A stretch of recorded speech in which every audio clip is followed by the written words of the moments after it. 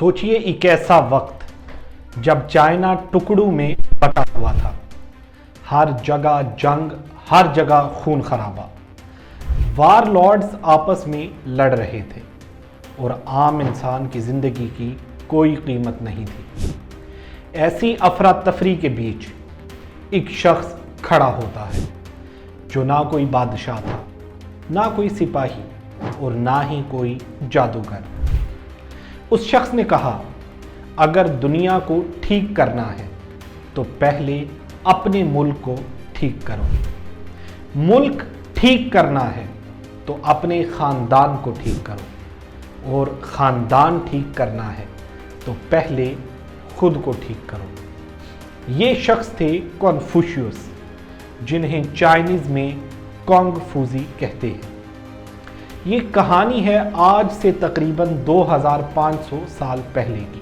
Confucius का मानना था कि तलवार से जंग जीती जा सकती है, लेकिन अमन सिर्फ अखलाक और अदब से आ सकता है। लोग अक्सर पूछते हैं, क्या कन्फ्यूशियनिज्म एक मजहब है? इसका जवाब थोड़ा पेचीदा है। इसमें कोई खुदा नहीं है, कोई जन्नत दोज़ख का कॉन्सेप्ट नहीं है। कन्फ्यूशियस ने खुद कहा था, जब हम जिंदा लोगों की खिदमत ठीक से नहीं कर सकते तो मरने वालों की फिक्र क्यों करें।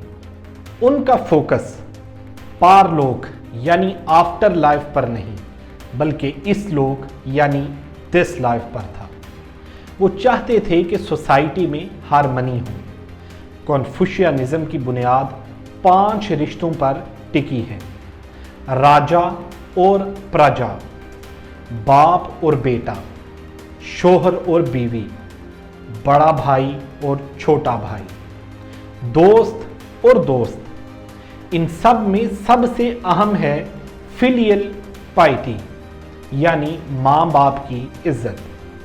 कन्फ्यूशियस कहते थे कि अगर बेटा अपने बाप की दिल से इज्जत करेगा तो वो बड़ा होकर कभी अपने बॉस या बादशाह के खिलाफ बगावत नहीं करेगा, और अगर बादशाह अपनी रियाया को अपनी औलाद की तरह प्यार करेगा तो जंग कभी होगी ही नहीं। उन्होंने दुनिया को गोल्डन रूल दिया, जो आज हर कल्चर में है: जो तुम अपने लिए पसंद नहीं करते वो दूसरों के साथ मत करो। अगर आप इस religions in the world series को फॉलो करना चाहते हैं तो हमारे चैनल को सब्सक्राइब करें, वीडियो को लाइक करें, कमेंट करें, शेयर करें।